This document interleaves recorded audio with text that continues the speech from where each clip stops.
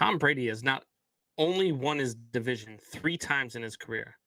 The first time, he still led the league in touchdown passes.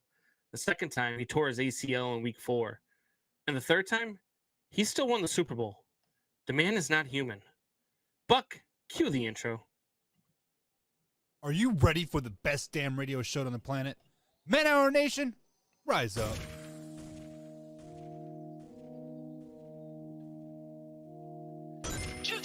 On the beat every time, no. I would like to personally welcome you to Man Hour After Dark. Say that then. Why I bring you the host, Mike, Buck, and Cone. You know who's coming to the stage. Sports talk than what you about to hear right here. I second that. Go. You know that it's us when we talking about sports. Giving you facts on the field to the core. Tune in, we need the support. 1 hour too short, then listen some more. On all your stations, not dropping no music. Stripes like Adidas, but Nike just do it. Down 4 in the 4th, we go for the win. Michael 2 seconds, we taking it in. Buck, Mike, and Combs, you know what's going on. Man, now we're After Dark, no LA, we the big spark. No 4th and inches won't cut short. Got the best talking, it's all sports. Buzzing more than buzzer beaters. We coming live all through your speakers, go.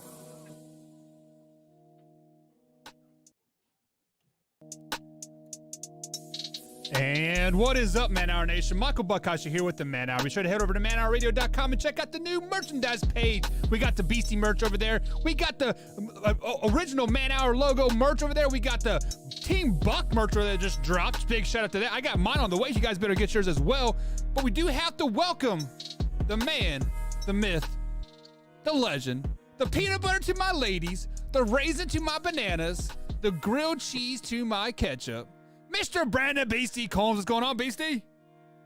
What is going on, Buck? What is going on, Man Hour Nation?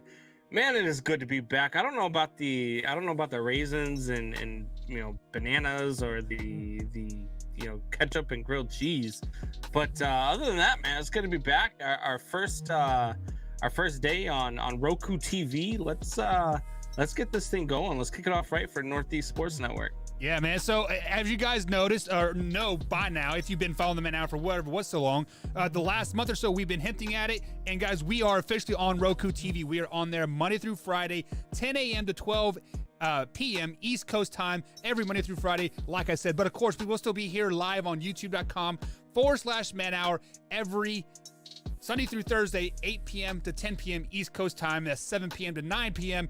Central time. So guys, be sure to tap in, join Combs, because I will be MIA for the next few months, and it breaks my heart, Combs. But you know what? We are going to dabble in some new adventures. So Combs, we are going to start a Man Hour AM at 10 a.m. East Coast time every Monday through Friday. So it'll be just me. So guys, tune in and support. Share us with a couple friends. But Combs, before we get into sports talk whatsoever, obviously we had Christmas, we had New Year's, and now you guys got snow and like negative 15 degrees up there. How was your holidays, man? Man, holidays were great. I absolutely enjoyed it. I went up to Vermont and visited with the kids for about 4 days, and had a good time with them. So it was good. It was good to get some time with them. I have limited time with them, so it's always good that when I do get the time with them, that I enjoy it. So we had a blast though, and we had a lot of fun. The drive there and back is kind of the downfall of it, but 16-hour drive will do that to you. But no, we had a good time. The holidays were great, man. How about yours? My Christmas was amazing. My mom and sister came down. My dad stayed back home because he had some episodes happening, so it was best for him to stay at home. It was always great to always see my mom and sister, and they're here for 5 days, and I've learned about 3 days is the max, so I was happy to see them leave. But you know what? It is what it is. But we do see people jumping into the chat here. I see that Who Day Nation jumping in there. So obviously we have a Cincinnati Bengals fan, and he says, I don't want to hear anything about the refs.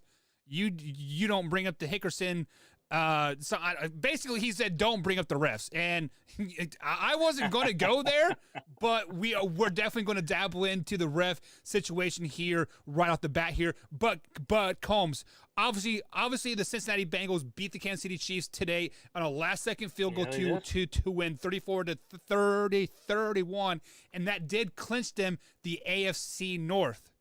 Are they a legitimate threat in the AFC now, Combs, after you see them basically manhandle the Chiefs all day?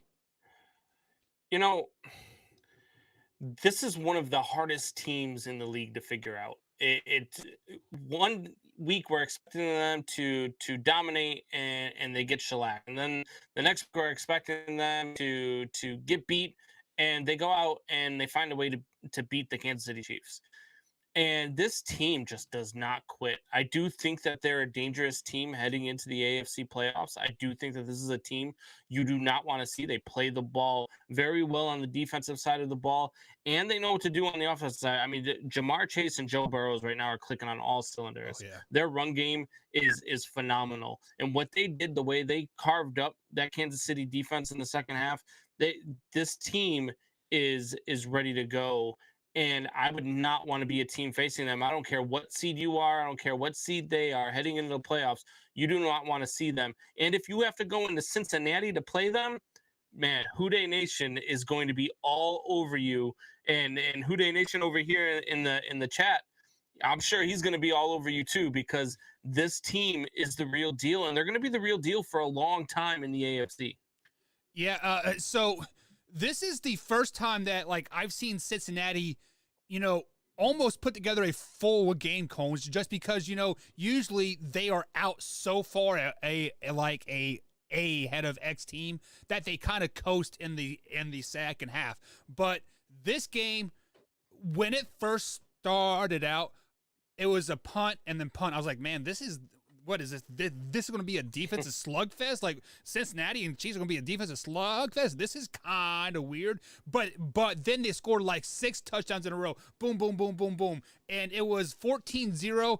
And I was looking at myself. I'm like, man, this is bad for the Bengals really, really quick. And then Jamar Chase just caught fire, Combs. This kid, is what I believe he had 266 yards today, which broke many records in the Cincinnati stat book there. Joe Burrow broke stats too there with the most yards in a season and the most touchdowns in a season, like as well. But Jamar Chase right now, Combs, has to be the real deal. 266 yards, and it was like he was like do you remember when Randy Moss went off on the Dallas Cowboys Thanksgiving Day and had like 500 yards and 17 touchdowns?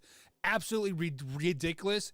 Jamar Chase could not be stopped. You could put Revis Island on him in his prime, and he would be mossing him no matter what. So, are the Cincinnati Bengals a real deal? They are a real deal for the first round game, because I don't think they have a chance for a first round bye, but when they're at home, that crowd was into it. That is the loudest I've heard that crowd, I think, ever. And truth be told, I don't want to go into Cincinnati either. But after that second round game, depending on who they play, let's say they play the Chiefs again, or let's say they got to go, or they play the Patriots. Like, second round is but first round, I definitely don't want to face them first round, because they're going to be hyped as hell. Let's just be honest about that. Yeah. Look, the Cincinnati Bengals are the real deal, but Joe Burrows is also the real deal. I think Joe Burrows is got to be the front runner for NFL MVP, if you ask me. In my opinion, Joe Burrows is more valuable to the Cincinnati Bengals than any player is to their team around the league right now. They've shown what they did last year after he went down. They were hot before he went down too, if you remember last year. Yeah. Then he went down and they had, a so-so season the rest of the way through. And now with Joe Burrows, they've just won the division. They've just won the AFC North.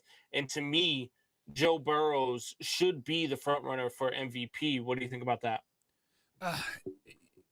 So in a common sense realm, yes, I think Joe Burrow is the most valuable player for his said team, right? But obviously, we know how the NFL works, Holmes, and it is not the most valuable player. It's the best player on the best team nine times out of 10. So that is why Jonathan Taylor from the Colts will not win the MVP, even though he is having a hell of a CAC season.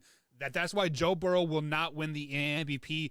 Hell, just today alone, he went 30 for 39 for 446 yards with 4 touchdowns. Absolutely mind blowing. He will probably break 5,000 yards this season with that extra game added on to the season. So is he an MVP front runner? In my eyes, yes, he absolutely should be. But is he? No, he is not. You still have Kyler Murray. You have Aaron Rodgers. We forget Aaron Rodgers is having a better season than he had last year even. And you still have Tom Brady. And I almost want to say people kind of feel sorry for Tom Brady because he's out with Godwin. He's out with Mike Evans. We'll get into the Antonio Brown thing later in hour number 2 here. So he is probably top 5, but definitely not the front runner, Combs. No, it's just not going to happen. Fuck. Let me throw some things out here at you, okay? That's so fine. I heard you mention Tom. Heard you mention Kyler Murray. Heard you mention Aaron Rodgers, okay? I'm going to throw out these stats. I'm going to give you these stats, and you tell me which quarterback is which, okay? Right. So I've got a 66% completion percentage and a 100 quarterback rating. I've got a 69 completion percentage and a 100 quarterback rating.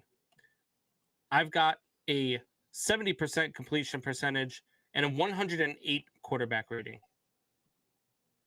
So my guess, the first one would be Tom Brady, second one would be Aaron Rodgers, and the third one would be Kyler Murray. Nope. First one was Tom Brady. Second one was Kyler Murray. The third one was Joe Burrows. Joe Burrows is having one of those seasons that nobody is paying attention to.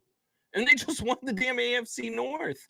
I don't understand why people, you could sit there and talk about you, and then you have a guy like Aaron Rodgers, who, yes, he's got a 2 points higher quarterback rating than Joe Burrows does right now, but he's thrown for a 68% completion percentage of 70.5. And then you look at their touchdown to interception, you got 33 and 4 for Aaron Rodgers, and you got 34 and 14 for Joe Burrows. So to me, it's Aaron Rodgers, Joe Burrows. Who do you take? And to me, I mean, look, it's Aaron freaking Rodgers, right. Top 5 greatest quarterback of all time this year, yes. But it's Joe Burrows, and if Joe Burrows is not on this team, they don't make the playoffs. If really? Aaron Rodgers is not on the Green Bay Packers, they probably still win the NFC North because it's such a trash division. I don't know. We've seen how bad Jordan Love is on that team. But I mean, the Packers definitely do have a pretty good team. But we're seeing the Cincinnati Bengals have a pretty damn good offense. I mean, they got Joe Mixon in there. They have we haven't even talked about T. Higgins. He's a freak of nature out there. I mean, this Cincinnati team is probably more stacked than the Kansas City Chiefs are. I said it. They are a team to be reckoned with Combs. So with all that being said, Combs, we said that the Bengals clinched the North. So I got to propose this question, and I'm going to propose to people to the chat here as well. Listen here at youtube.com/manhour.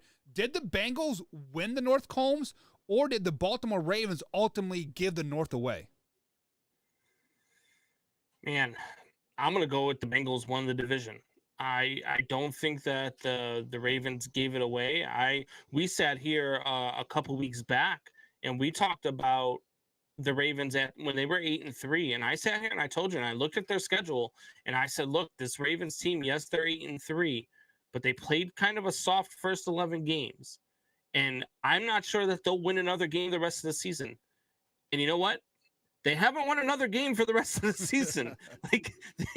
This team is not built to win a Super Bowl. this Baltimore Ravens team. And then, I mean, you got to put some John Harbaugh blame in there too. I mean, the way John Harbaugh, he's had 2 games where he could have taken him to overtime, and instead he's gone for the 2-point conversion and missed both times to try to win the game, instead of just doing what has been done for years and years in the NFL and kicking the extra point and going to overtime and taking your chances there.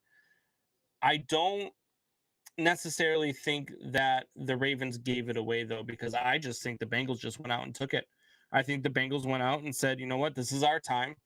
It's time for us to give Cincinnati Bengals fans what they've longed for so long. And that's a team that's going to be competitive for a very long time. This is not going to be the only time the Cincinnati Bengals win the division. This is not a fluke. This is not a flash in the pan. This team is going to be good for years. Yeah, and on the flip side of that coin, their 4 major stars on the offensive side are all 25 years of age. So just take that into perspective as well. We are going to see a lot of Joe Burrow to T. Higgins and Jamar Chase for years and years to come if the money aspect stays right there. But to answer the question in a whole here, guys, the Ravens ultimately gave this division away just because the Ravens are a great regular season team.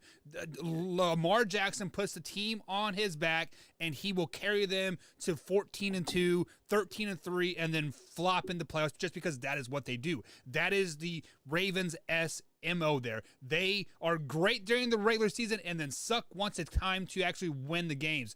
And why I said the Ravens lose the division or lost the division as well is because exactly what Combs said too here. I believe it was against the Steelers and it was against the Packers as well. They could have easily kicked the PAT, went into overtime, and we could be having a totally different conversation here just because the NFL is a league of momentum, Combs. If they would have beat the Steelers and then I forget the other team that they went for 2 points. Was it the Steelers game? Yeah, so the Steelers and the Packers, if they would have won or even went into overtime in those 2 games, they could have easily been 10-5 right now or 10-6, right? And then not be on this 6 or 7 game losing streak. And we might even see Lamar Jackson back on the field. The reason why we are not seeing Lamar Jackson on the field right now, Combs, is simply because they know their season is a complete loss. So why, quote, put your franchise quarterback out there? And they want to see what they have in Huntley as well. Because I personally... We've also got a better passer in the game right now, too. Yeah, so I think Huntley is personally better for a NFL team than Lamar Jackson is. Am I saying that he's a better player? No, but he is better for an NFL team. Lamar Jackson would be great on the Houston Texans when they don't have anything, right? He would be a Greek god there, but it is what it is. So Combs, we are getting up against the first break here, and I want to address some of the comments here in the chat coming up here. We see Alpha Rob in there. What's up, Alpha Rob? Long time no see, my man. And let me scroll down here. So Who That Nation said, Jamar Chase did not just break franchise record; he broke all rookie records today. So that's over look, Randy Moss, and wow, that's crazy. Yeah, Jamar Chase is phenomenal.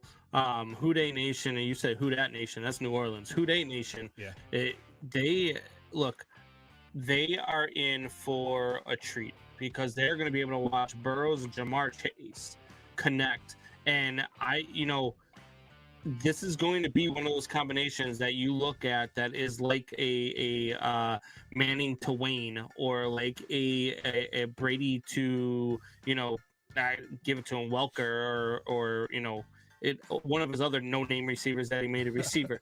This is going to be, Montana to Rice. This is going to be one of those combinations that's going to be fun to watch for the next 10 plus years. Yeah, so Who They Nation also comes out and says that Joe Burrow didn't even make the Pro Bowl. Lamar Jackson did. Who was the AFC quarterbacks? It was Patrick Mahomes, Lamar Jackson, and somebody else. I think they left Joe Burrow out, Josh Allen out, and so.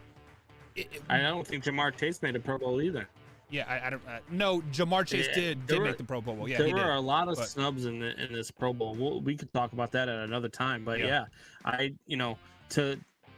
it's gross to me to see the disrespect around the league for some of these players that get left out, especially a guy who, when I rattle off those stats and then you hear it and then I give you the name to those stats and you're like, holy crap. That Joe Burrows is having a season and nobody's paying attention to it, and it's stupid. Yeah, so on the bright side, guys, Joe Burrow will probably be in the Pro Bowl because the Bengals will not make the Super Bowl and the Kansas City Chiefs will. But Combs, we are up against that first break here, guys. And on the other side of the break, we got to talk about the man, the myth, the legend himself, Mr. Bipolar Antonio Brown, guys. All that and much more coming up here on the Man Hour, guys. We'll be right back. If I'm home from work and relaxing, I watch Man Hour while doing dishes. In bed, hiding from the wife and kids. what do you do when your husband and kid are obsessed with the Man Hour? You watch it with them.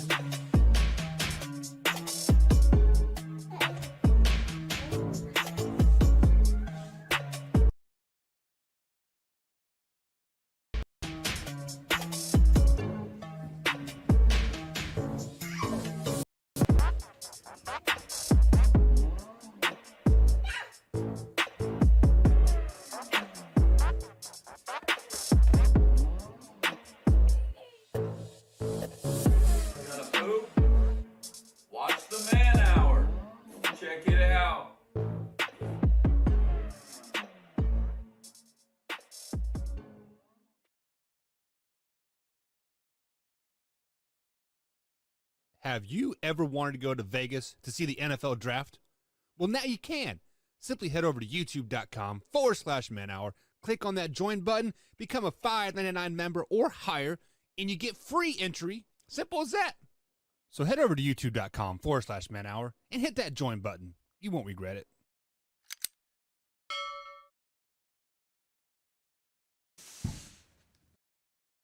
You're watching Man Hour. Hit that like button, baby. Man Hour Nation, it's your boy BC Beastie Brandon Combs coming to you with a special message. 22 veterans a day commit suicide. Now, that's 22 too many. And here at the Man Hour, we want to bring awareness to this. Our brothers and sisters deserve our support and our help. With the Take 22 merch, it's a small opportunity to show our appreciation and support to our veterans and take a small step to ending veteran suicide and treating PTSD properly. Every dollar spent on our Take 22 merch will be donated to the cause. So Man Hour Nation, rise up and show your support.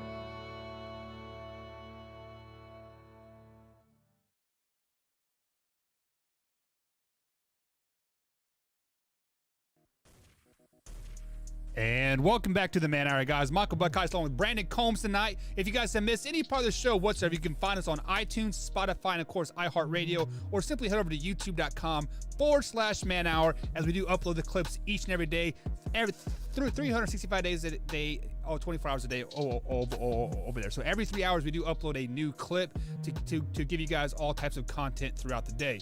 So let's welcome Combsy back onto the show here, Combs. And Combs, during the break there, we had a few comments come over the screen here, and Match H says, "Who day show who belongs." So Match H over from youtube.com/Man Hour says, "Who day belongs." Are you agree with that? Like, do they belong?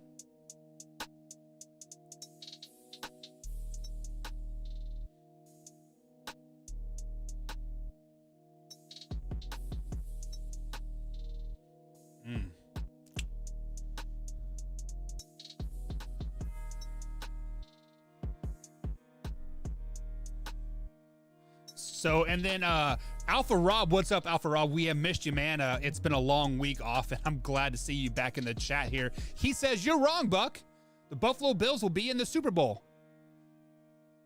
Combs, what do you think about that? Will the Buffalo Bills be in the Super Bowl? Oh, of course. I always got you. But anyway. What was the question? What did Alpha Rob say? Alpha Rob says, I am wrong, and the Buffalo Bills will be in the Super Bowl. I agree with Alpha Rob. I think that the Buffalo Bills are late blooming. I believe that win over the New England Patriots really boosted what they wanted to do, and I think that the Buffalo Bills now are ready to be that team that we thought they were going to be, ahead of the season. I believe all of us picked them in the AFC East. I believe all of us had them making a deep run in the playoffs. I had them in the Super Bowl. And didn't you again. But still, I had them in the Super Bowl. Didn't you and Tori have them like at 15-2 or something crazy like that? No, I had them at 13-4. 13-4. And Tori might have had them at 15-2, but I had them at 13-4. So yeah, he had the Redskins at 15-2 or some stuff like that. Guys, the Buffalo Bills are first round exit. Stop it. They are. Hell, Combs, they may not even make the playoffs. Buck. Right now, they're sitting in the 4 seed, so they would, in theory, right now play the Patriots in the first round of the playoffs, if I'm not mistaken. You are not going to beat the New England Patriots in the playoffs. Sorry. Not going to happen. They play the Jets next week. They're going to win the division. And if they do play New England, no matter who they play, they have to go through Buffalo to do it. And Buffalo, I don't know. I mean, unless they get the Patriots again when the wind's blowing at 95 miles an hour and the Patriots just run the ball 75 times and pass only 3 times. Yeah. It's not. Look, the Patriots they're a good team. They're a young up-and-coming team. That defense is nasty. But I'm going to take my chances with Josh Allen in the playoffs before I take my chances with, Mac Jones. Right. So we got to give a huge shout out to Trent Mason for dropping a super chat there. So Trent, we missed you as well, man. I'm glad you are back here. I'm glad to see you. Hopefully work has slowed down for you a little bit over there. But he says Lamar Jackson is greater than Joey.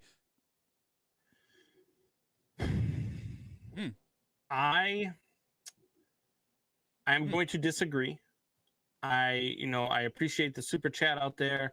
I disagree. I don't think that Lamar Jackson is a tenth of the passer that Joe Burrow is.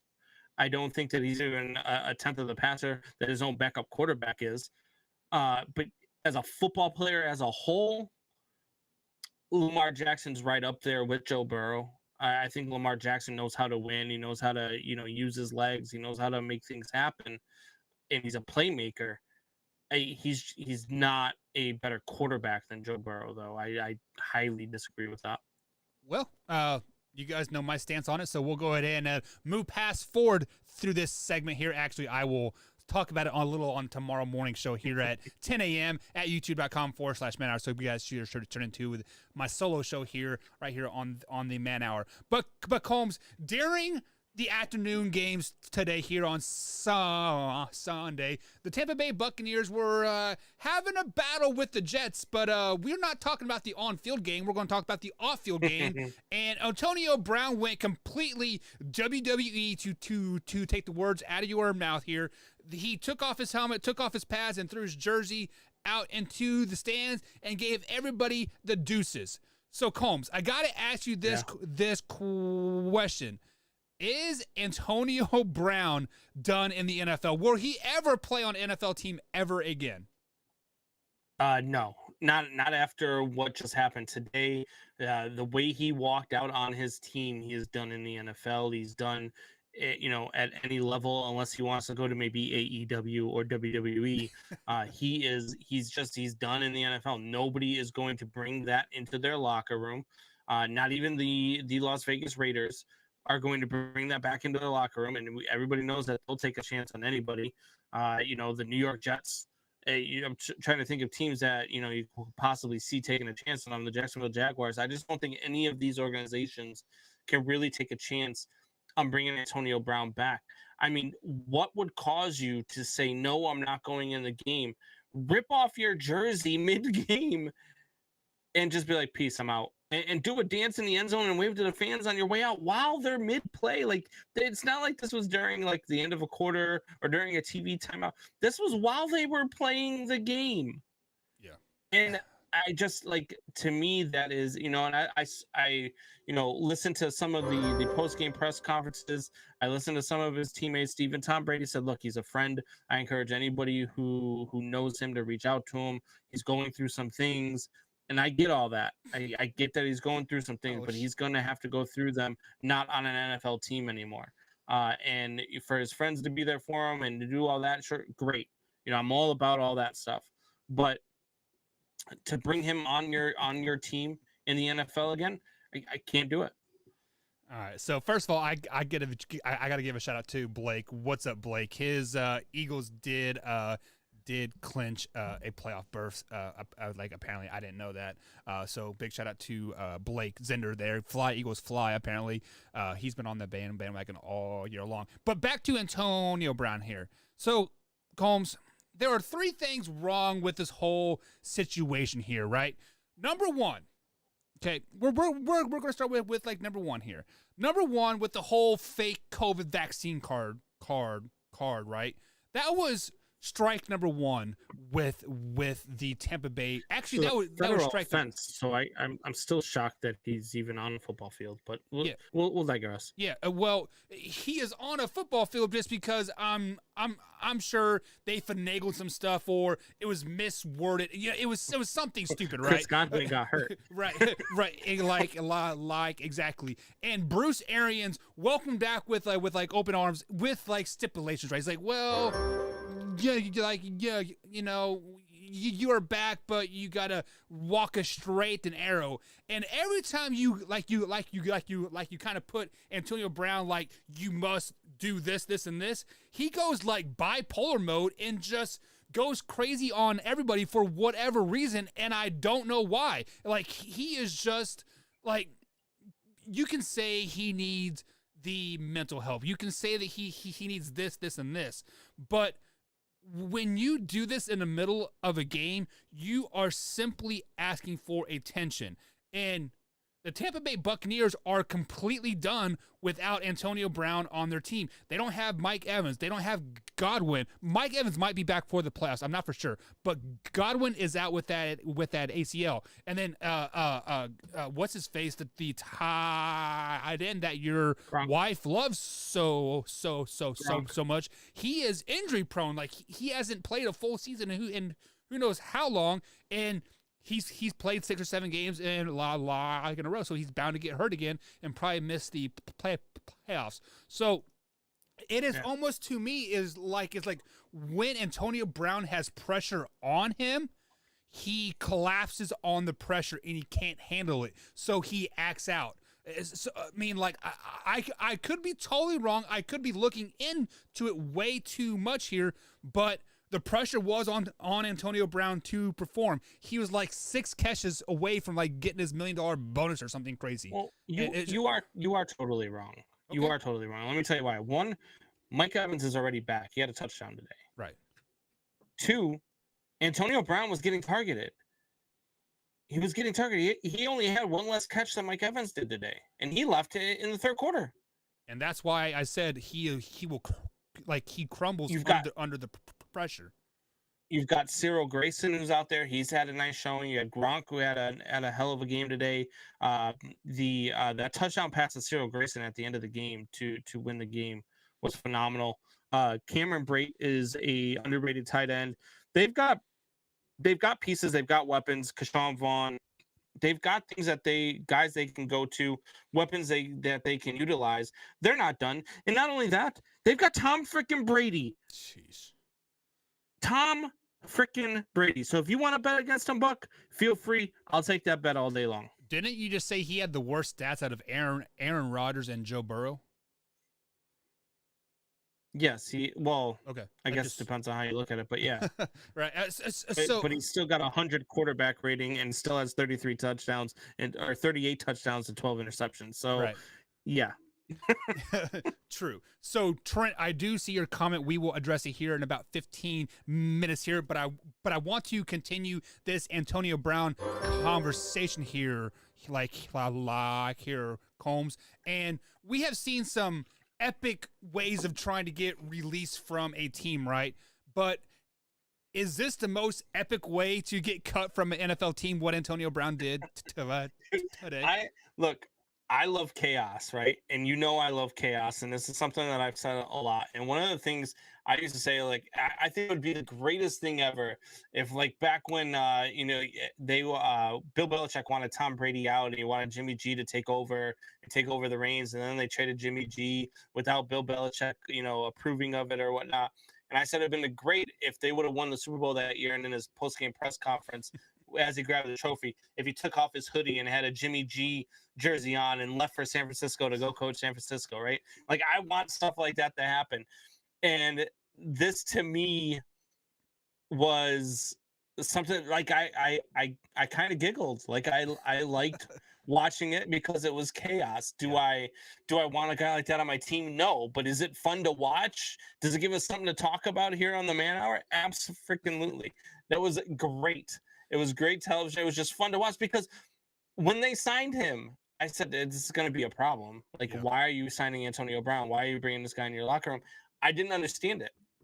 Yeah. And I like the chaos. I like the way, and this was the most epic way a guy's ever asked for a release. I'm just going to go out there and say it. Well, I don't remember exactly what led to the Terrell Owens situation in Philly when, like, he was doing, like, the sit-ups and the push-ups in his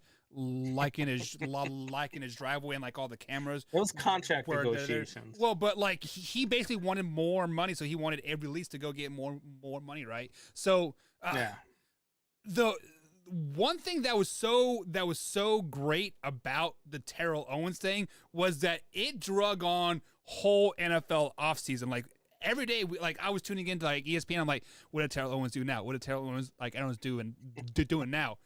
The one thing about the whole Antonio Brown thing is it will all kind of be swept under the rug because it happened during mid game, and the AFC is such a comboggled playoff mess right now. So honestly, probably come Tuesday, we will forget all about it. And Bruce Arians has already said that he has been cut from the team, so there won't be any post-game press conference. They said, Bruce, can you shed some light as to what's going on? He's like, no, let's talk about the guys who were here and who went out and won the game. Let's not talk about somebody who's no longer even on the team. Yeah, so since Antonio Brown is no longer on the team, we have seen him. He was probably arguably the best receiver in Pittsburgh Steelers history ever, right? He was top of the league, and then he's kind of fluttered around per se. Is he the biggest waste of talent in the NFL? It's a good question. It's hard for me to say that when there's been guys like I'm gonna forget Josh Gordon was a huge waste of talent. You've had some others out there who, either through retiring early or through, just can't get their heads on straight, were wastes of talent as well. Antonio Brown, though, was a wide receiver that legitimately could have won an NFL MVP because he was that good at his position. And so I don't know if he's the biggest waste of talent ever in the NFL, but he's pretty damn close. And the way that he had somewhat of a dominant time frame when he was with the Steelers. He went out, they did win a Super Bowl while he was there. Josh Gordon, to me, has got to be the biggest waste of talent because that guy probably could, if he was on the top of his game, had he never had any of these issues, these mental health issues, anything like that, and was on the top of his game, how good the Cleveland Browns are now, how much better they'd be if they had a Josh Gordon at 110%.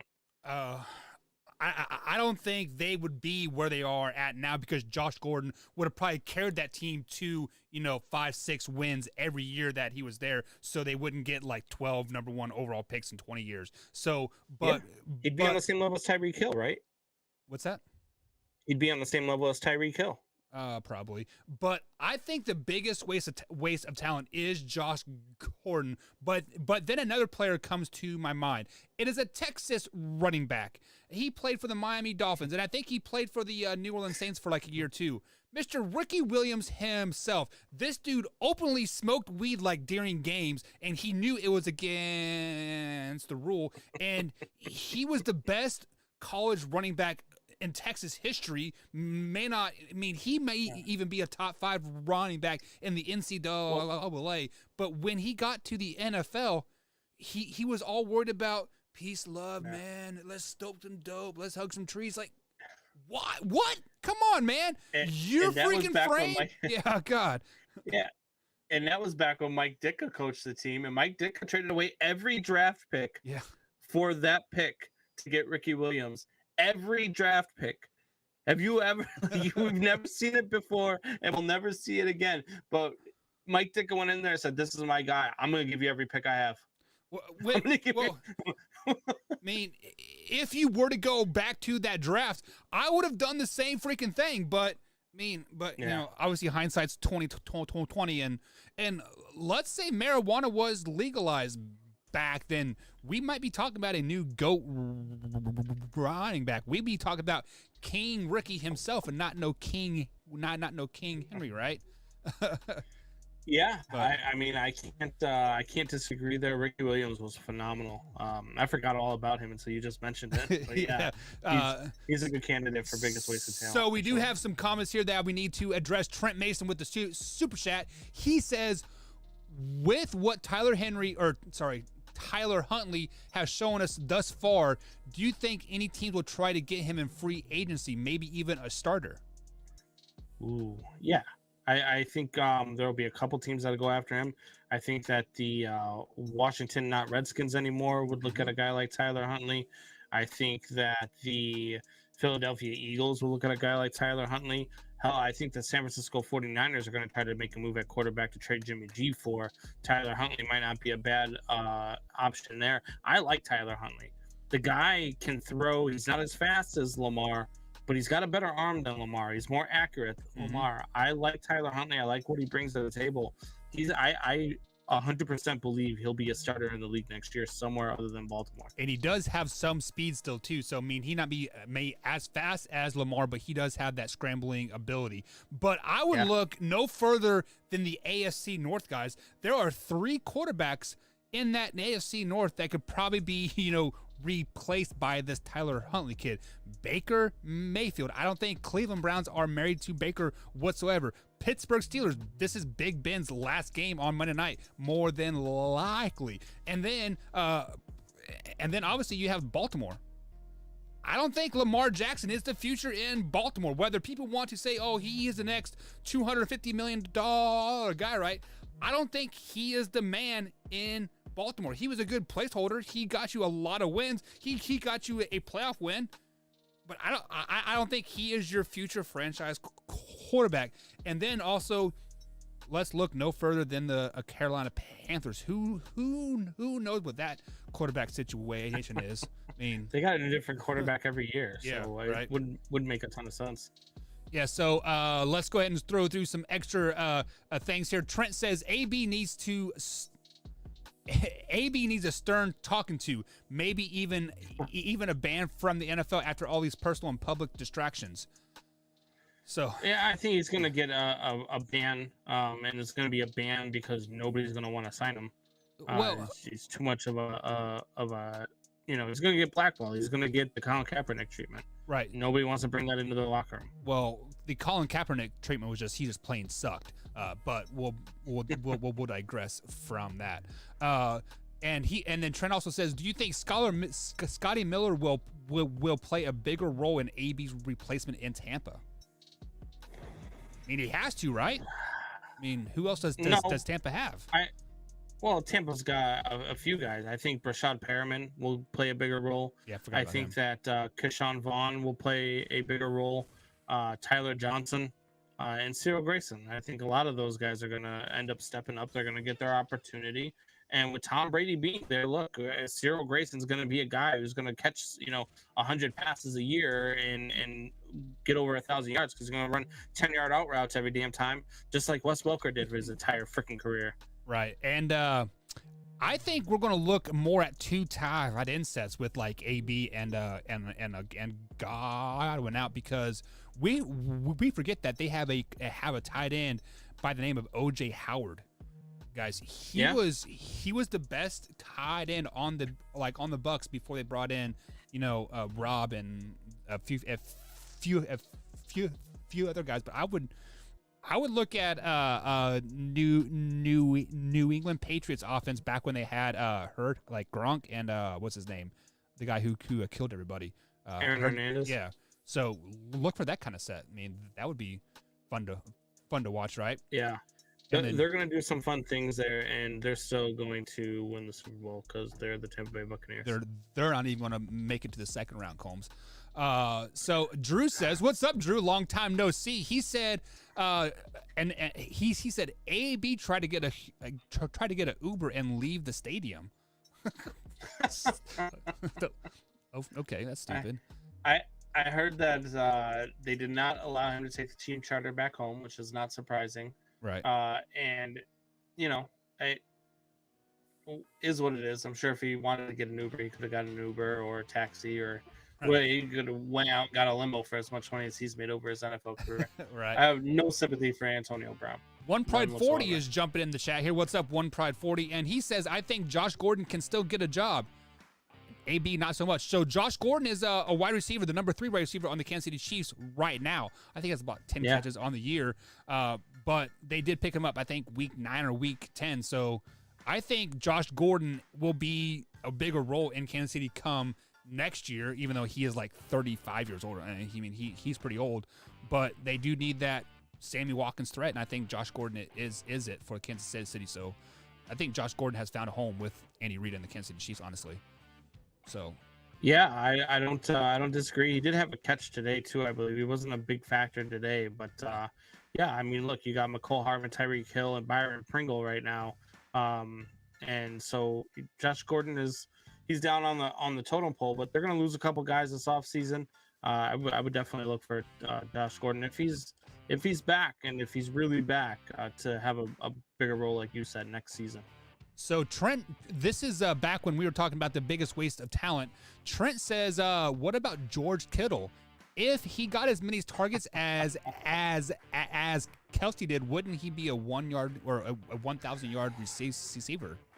Well, that's not a waste of talent. That's a mismanagement issue. And look, the 49ers are sort of a mess organizationally right now.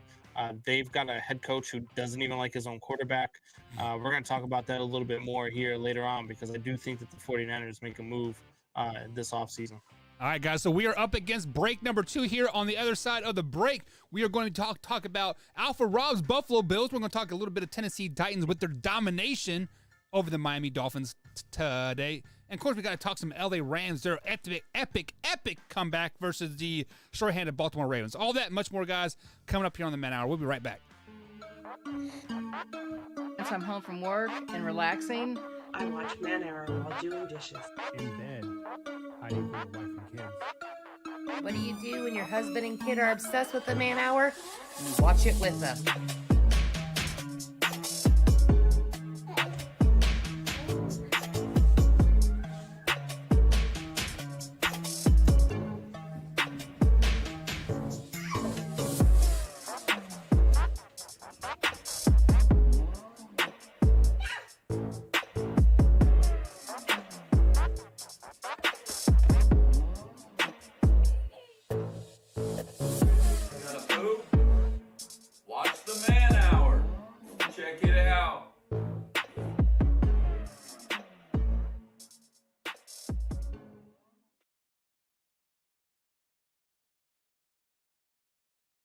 Have you ever wanted to go to Vegas to see the NFL draft?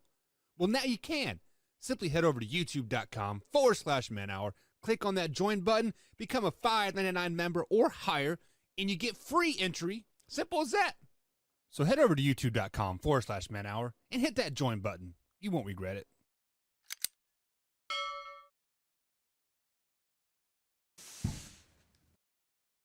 You're watching Man Hour. Hit that like button, baby. Man Hour Nation, it's your boy BC Beastie Brandon Combs coming to you with a special message. 22 veterans a day commit suicide. Now, that's 22 too many.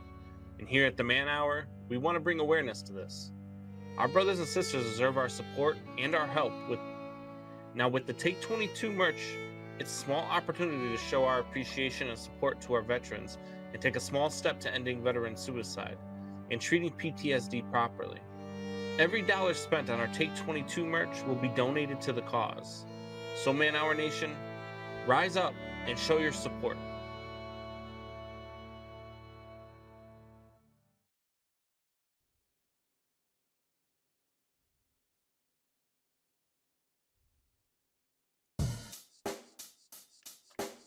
Check the mic and make sure it sound right, boys.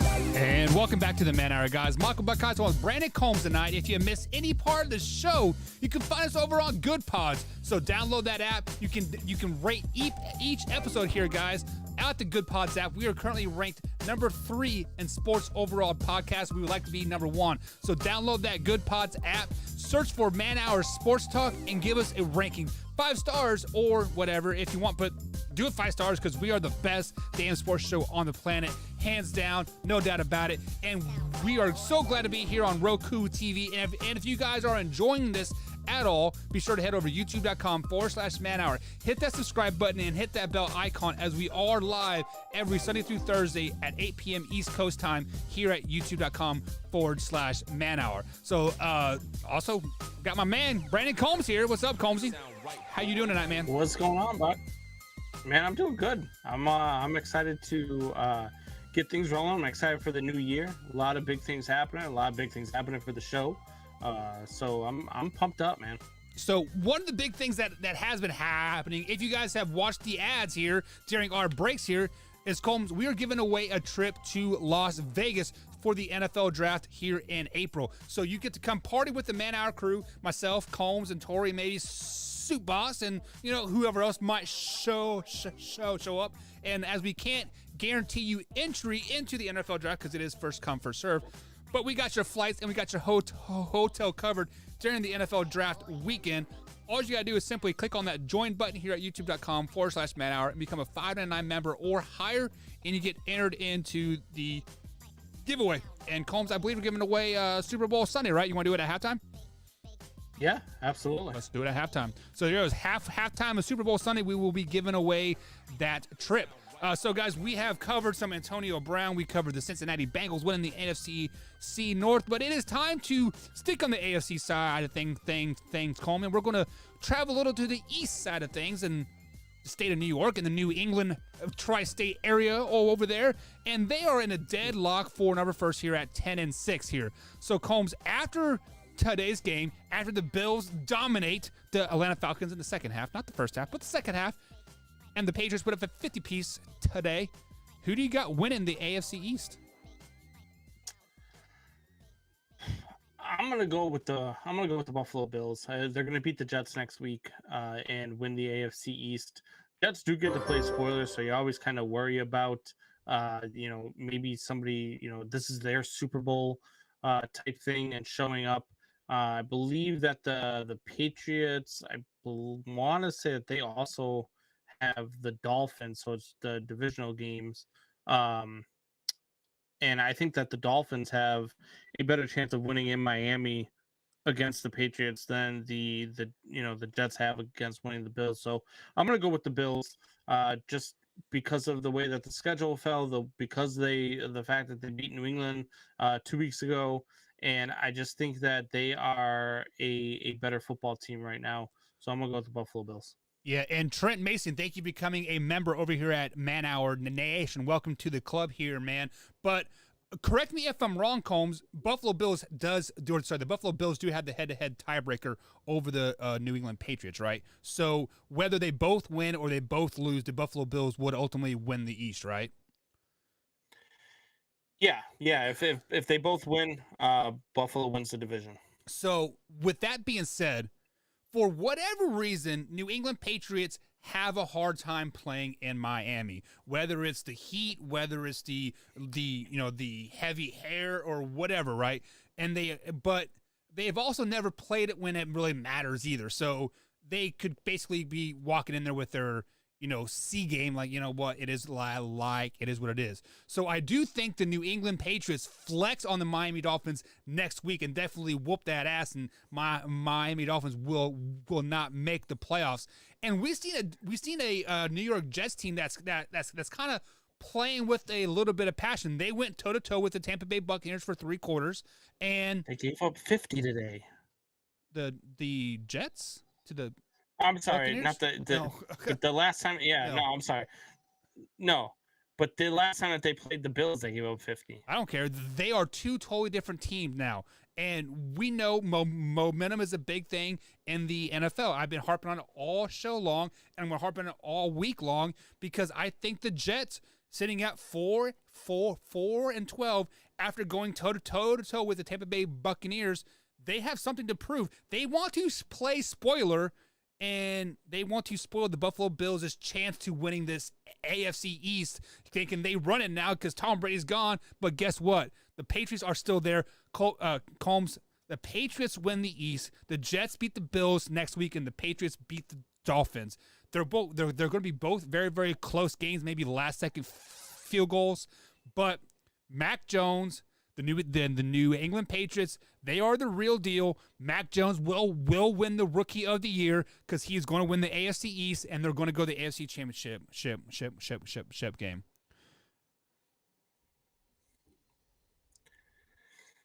Buck, you willing to go clean shaven if that doesn't happen? So the last time I went clean shaven, I slept on the couch for 2 weeks, so probably not going to happen this time. And I broke out so like my shaving right there broke out so bad, man. It was horrible. It's not going to, Buck. That is a wild prediction. I believe it was a 30 to 35 point game the last time the Bills played the Jets. Yeah.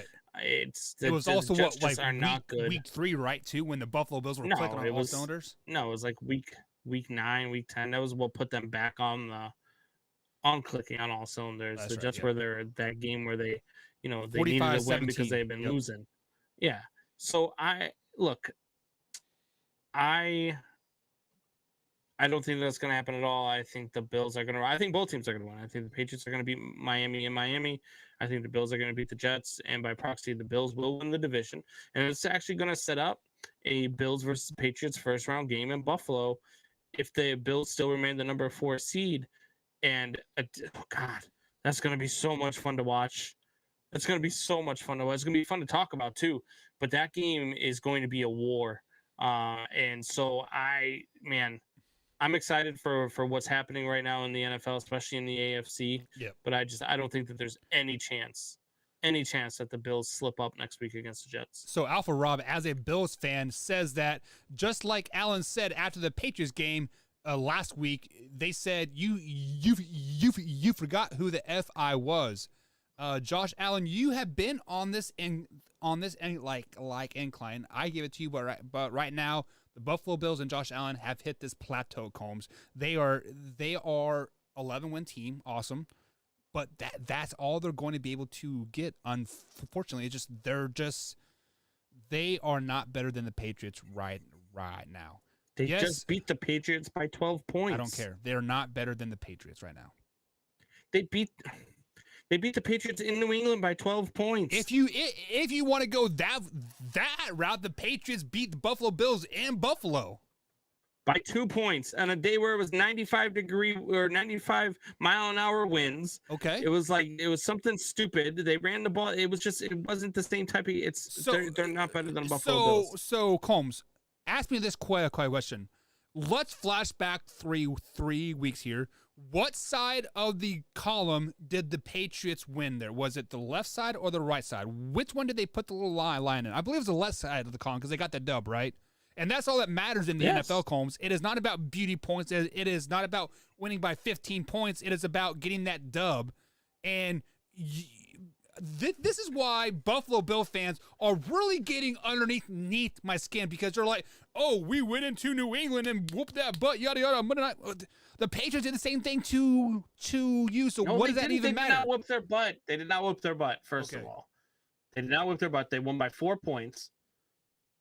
A win's a win, Combs. It doesn't matter. But that's they not still went into Buffalo and a whoop whooping. And there's still no. That was not a whooping. That was a game that nobody had a clue what was going on. The Patriots ran the ball. It was a day. Let's be honest with it. It was a day where Bill Belichick won that game for the New England Patriots because he outcoached the head coach from the Buffalo Bills, and they won the game. So that's what happened in that game. So you are from that area, Combs. What is the weather going to be like? I'm from that area now. Well, you are from the New England. Nobody ever goes up their state area, right? What is the weather like up in that area in mid-January, Combs? I'm asking. It's cold and it's snowy, but and the wind's blowing, right? And the wind's blowing, it's snowing, and it's cold. That's what it was in Buffalo today too when they went and took it to them. Exactly. What do you like? I don't understand what you're talking about. So what I'm talking about is the Patriots and the Bills already played this game. Yeah. The Patriots won it. They're going to win it again. I don't care. All right. Okay. What do you want to bet? We'll talk about this in 2 weeks. If this is, we want to bet shave legs, facial hair. I'm not shaving my beard, man. Dude, I gotta shave mine too. Like I look like I'm 4 years old when I shave. How about shaved heads? How about that's better. All right, you're bald, and I keep mine really, really short anyway. So that's not is that much of a bet. I'm balding. I'm not bald yet. I'm balding. There's a Let's difference. Put our wife's paychecks on it. Let's put our wife's paycheck on it. That's not gonna happen. I would be freaking homeless. I'm moving up with you and sleeping on the couch. even if I want, I would still be sleeping on your couch. Let's just be honest.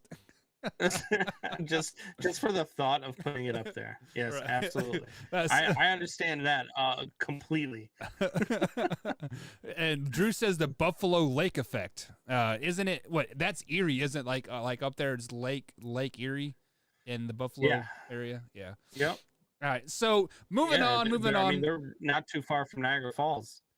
Well, Buffalo, a couple miles from Niagara Falls. Yeah. So interesting. Maybe they should move to Canada because New York sucks. Oh God. I'm kidding. It's a city so great they named it twice. It is New York, New York, and everywhere else, right? Yeah, we don't need any more Canadian teams in our sports. Let's just put it that way. All right, so moving on here, the Tennessee Titans look like the Tennessee Titans that were up in Graham Wallace's power rankings at the top of them just a few weeks ago before King Henry went down. They dominate Miami, and Miami is definitely on the outside of looking into the playoff hunt now. They have to win next week versus the Patriots to even have a chance with some helps, but. Are the Titans, Combs, the best team in the AFC again?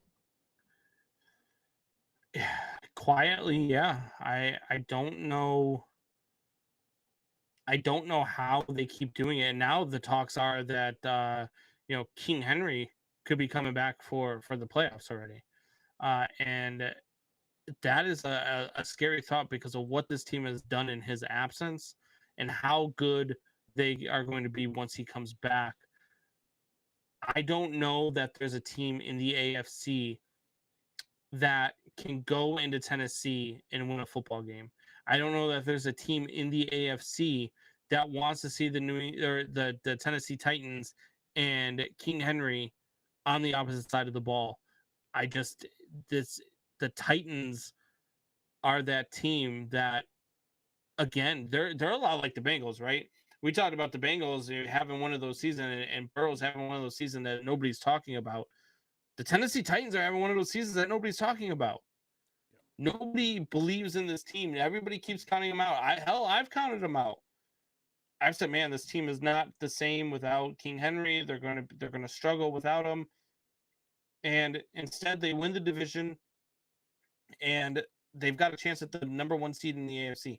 This team is good, and this team could possibly win a Super Bowl. Wow. So let me collect my thoughts here. There are times in sports where addition by subtraction is better. It helps your team. It helps you improve your team, right? So I've been saying all along since Ryan Tannehill took over the starting job over Marcus Mariota in Tennessee that he is a top 15 quarterback in the NFL. Combs, you laughed at me. People here in the chat on youtube.com/manhour laughed at me, and they all thought I was a homer and a crazy. Guys, I'm a Kansas City fan. I am not a homer. I'm not a Dolphins fan. Whatever, right?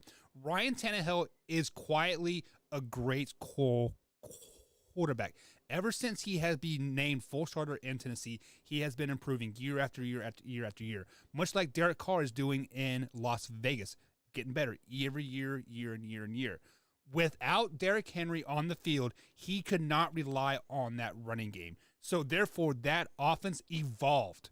So with you saying they are a Super Bowl caliber team, you are absolutely 100% correct, because they have evolved as the offense. They realize Derrick Henry does not have to touch the ball 30 plus times a game and carry the workload just to have them, in competition, right?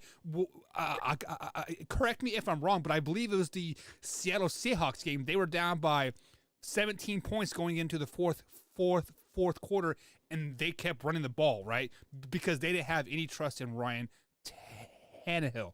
Now they have trust in Ryan Tannehill. He has confidence. The only thing I am worried about, if I'm a Tennessee fan or just somebody in the NFL in general, is that the Tennessee Titans, once Derrick Henry is back, they will revert to their old ways. They will be giving him the ball 30 plus times a game, and then they won't be as deadly as force in the NFL.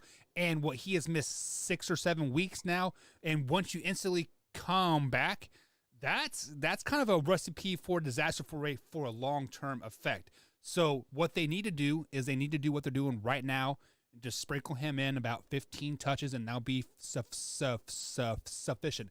If they do that, then you are correct. They are the best team in the AFC. If they do that, if they don't, they are not even top 8. That's what they were doing with King Henry before he got hurt, and they were 8-2 when he got hurt. This team was blowing teams out. This team was dominating every game they were playing in. They were that damn good. And there were times where in the fourth quarter we were talking about with King Henry, that game against the Colts. We're talking about King Henry. They're down in the fourth quarter, and instead of passing the ball, they're running the ball. They're giving it to King Henry. They're putting it in his hands, and they're winning football games by doing it. I don't see any scenario where this team is affected poorly by the return of King Henry. And not only that, if the Kansas City Chiefs next week go into Denver and lose, which they are prone to doing, and the Cincinnati Bengals and Tennessee Titans both win next week, the Titans and Bengals are the 1 and 2 seed in the AFC.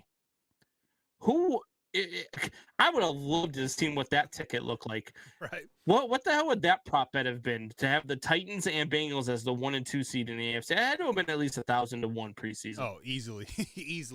Right. That's insane.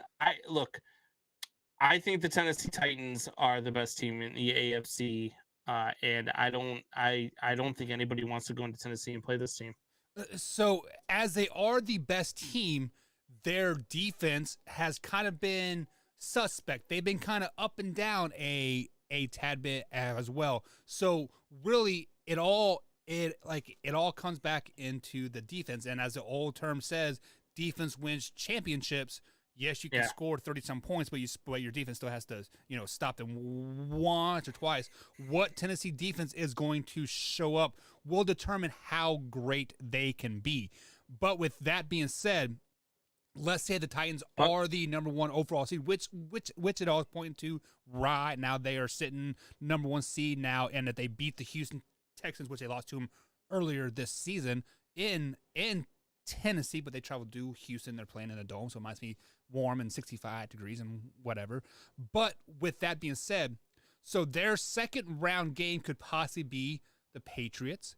It could possibly be the Colts, or it could possibly be the Raiders. So with that being said, the Tennessee Titans, they are dangerous, but the Colts are dangerous too. The Colts and Titans play each other really, really, really well, and if they match up in the playoffs, I got to give the edge to the Colts, Combs. I don't know why you would do that. I mean, they've lost to the Titans twice this year. Once Right. You talk about that defense, it depends on what defense shows up.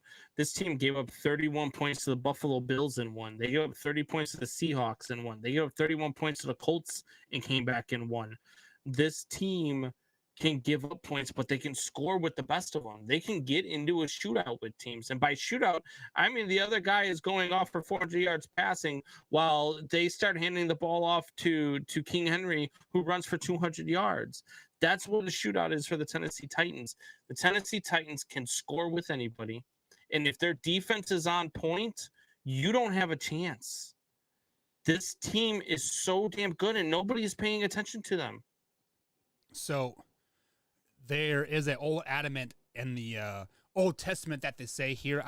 I believe it is High School Football, verse 7, section 8, word 7 is you cannot beat a team 3 times in a season. And yes, the Tennessee Titans have beaten the Colts twice this season.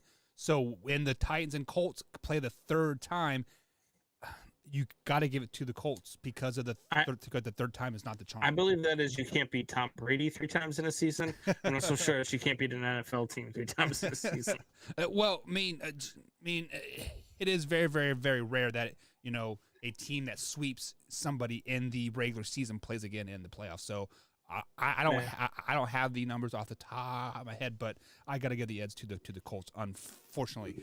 But moving on here, we saw the Rams, Combs. This is, speaking of bipolar, the LA Rams and Matthew Stafford were clicking this first part of the season, first 10 games, best team in the NFL, yada yada yada, and now they're kind of been stair-stepping back down, and they were behind the Baltimore Ravens most of the game, and they pulled it out. I believe the final score was 20-19 here. Did this loss to the LA Rams for the Baltimore Ravens prove how much they need Lamar Jackson, or are they just fine without Lamar Jackson, Combs? I think Lamar Jackson adds that extra element. Lamar Jackson's a playmaker. Lamar Jackson is one of those guys who finds a way to win. I don't know if this proved how much they needed Lamar or how much they need a change of scenery. This team is reeling. They are on their heels. They started out the season 8-3, and they haven't won a game since. And I don't know that they're going to be able to rebound from this. I think they need a change at head coach. I think they need a change in some of their personnel. I think they need to go find Lamar, an actual wide receiver. You got Brown, but that's Hollywood Brown's about all that you have there. He needs a legitimate wide receiver core. You need to get some offensive line help, and I think you need a new coaching staff in Baltimore, to be honest with you. Yeah, so we were just talking about Ryan Tannehill, right? And how bad he was in Miami under Adam Gase, the offensive guru that Adam Gase was, right? And then he left, and he was a backup at Tennessee, and he ultimately got this starting job, and he has taken leaps and bounds each and every year. Sometimes a change of scenery is great, right? Let's look at let's just like when there's certain players that just don't fit systems very, very well, and they change, and then boom, they blow up. It happens in baseball like all the time. So with that being said, I am going to trump they need a coaching change. That is 100%. And they also need a offensive play calling change, just because this offensive system, this coaching system that they have has been catering to Lamar Jackson's needs. Yes, it is great to win a lot of regular season games, But when your quarterback goes out, like Lamar Jackson has missed, last 4 games with that bruised ankle, right?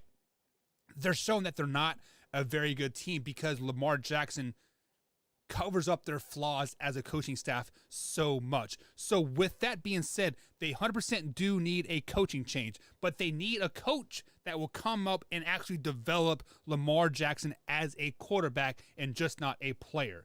So they don't need a offensive mastermind.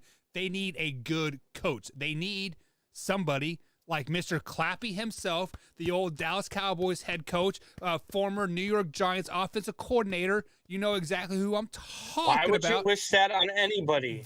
Jason Garrett? That is who they need in Baltimore. Jason Garrett will mold Lamar Jackson into a great quarterback. He has the ability there. He just needs that foundation. He needs a coach that understands him, right? That has been in the league this century. I mean, like a lot. I know Jason Garrett was a backup to Tony Romo back in like early 2000s, right? But with that being said, that would be a perfect match. Jason Garrett and Lamar Jackson. Give them 3 years, Combs.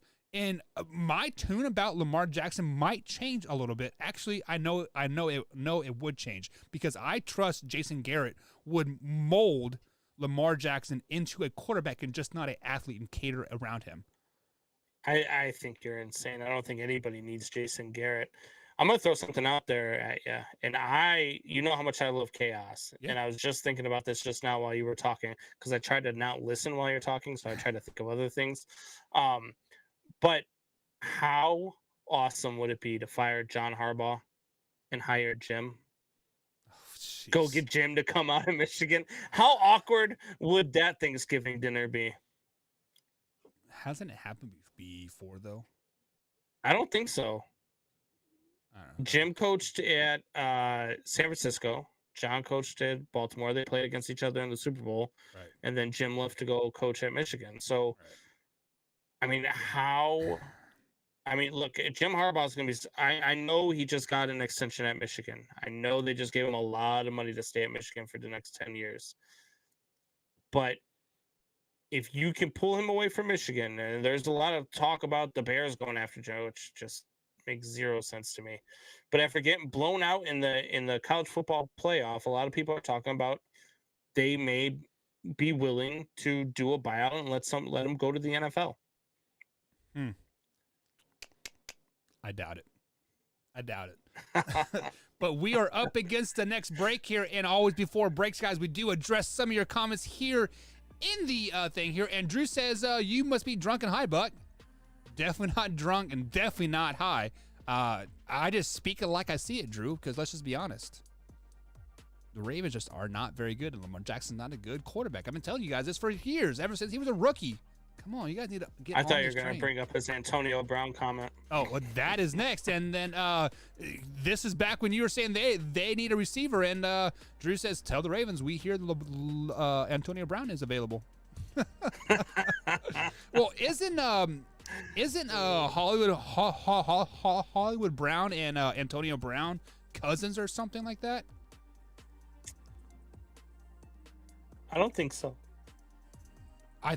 Because I thought when Antonio Brown first got cut by the Patriots, or maybe by the Raiders, there was lobbying of trying to get him to Baltimore because I thought they were cousins or something. I can't remember. But if you guys know, let us know in the chat or hit us up on Twitter and let us know because I thought they were cousins or something. But oh yeah, he is. He's a younger cousin of former All-Pro Steelers wide receiver Antonio Brown. Oh, so there you go. Drew says the Ravens have been decimated by injuries and COVID. Drew, who hasn't? Who hasn't been decimated by injuries and COVID this season? That is no excuse. It's been the flu, but they just say it's COVID. But for Drew, this must be one of Drew's 15 teams here. We just got kicked off TV on our first damn day on it. It's all good. But it just, come on, man. Like, to tell me that they're decimated by injuries and flu or COVID, no. Every team is. Get out of here, Drew, with that. Yeah. I don't know. Got to deal with it. Yeah. And Trent Mason says they are. So they are cousins, and you confirm that as lie as well. But, guys, we're up against the next break. If you are listening here on Roku TV, be sure to head to youtube.com/Man Hour and check out the YouTube page. Hit the subscribe button. Hit that bell icon. We do upload clips from the show each and every day over there at 3 hours a day, 7 days a week, 24 hours a day, 7 days a week, 365 days a day. I'm going to repeat myself now. We're on break, Holmes. We'll be back. Once I'm home from work and relaxing, I watch Man Hour while doing dishes. In bed, hiding from your wife and kids.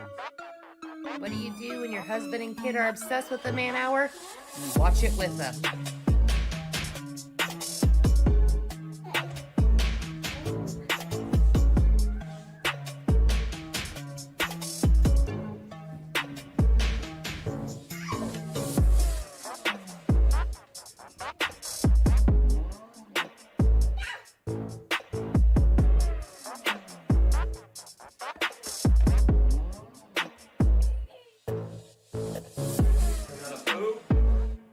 Watch the Man Hour.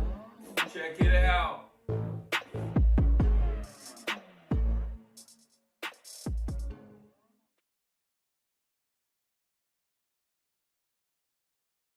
Have you ever wanted to go to Vegas to see the NFL draft? Well, now you can. Simply head over to youtube.com/Man Hour, click on that join button, become a $5.99 member or higher, and you get free entry. Simple as that. So head over to youtube.com/Man Hour and hit that join button. You won't regret it.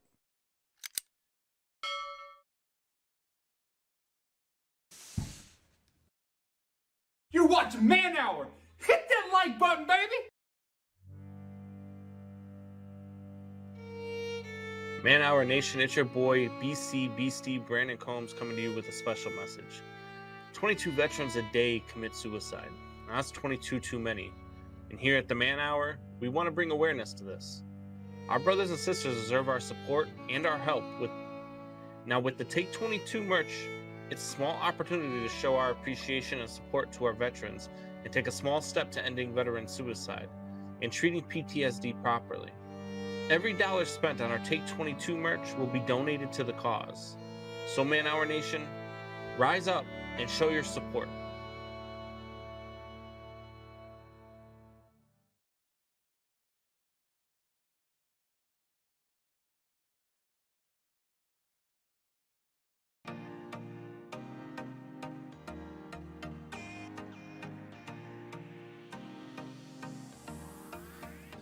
And welcome back to the Man Hour, guys. Michael Buckheisel and Brandon Combs. Now, if you are on Twitter, be sure to follow us on Twitter at manhour_Buck and, of course, manhour_Combs. You can also follow the show on Twitter at man_hour_radio. All those underscores equal you to the Twitter page, and that is the we're starting to be a lot more active there on Twitter. So, guys, be sure to get us a follow over there, and let's get some follows over there. That'd be fantastic. We are also starting a Discord, so a Discord is in the chat, or the link will be in the chat here, guys, or sorry, in the description here at youtube.com/Man Hour, and that Discord will start sometime mid-week here. So be sure to jump in there. You can talk trash, you can talk about your team. So it is an extension of the Man Hour, guys. We're there to have fun, talk stuff, and just have a good time. So if you guys have missed any part of the show whatsoever, you can find us on iTunes, Spotify, and of course iHeartRadio, or simply head over to youtube.com/Man Hour. Hit that bell icon, hit the subscribe button, and we upload the clips from the show. Also, download the Good Pods app and give us a ranking on that. Search Man Hour Sports Talk and rate each episode, as we are ranked number 3 right now in all the world of Spot's top sports podcasts. We would like to be number 1. So, guys, definitely get those rankings in there. So, Combs, we've had a great show so far, man. We talked a lot of the AFC North. We dabbled a little bit in the AFC East, but let's just go ahead and take it back a little bit. Let's take a nice deep breath here.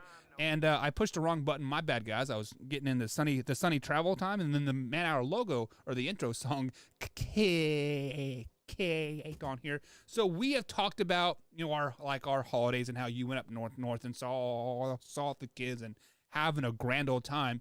But what we failed to understand here is that we kind of sprinkled this in here right before we left on break here. This is year number 2 of the Man Hour, Combs. We have officially been a full year on the Man Hour, and mean, our birthday was December 23rd, but January 3rd of this time last year was our first official show. So we are officially 1 year in. So how do you feel after our first year of doing the Man Hour?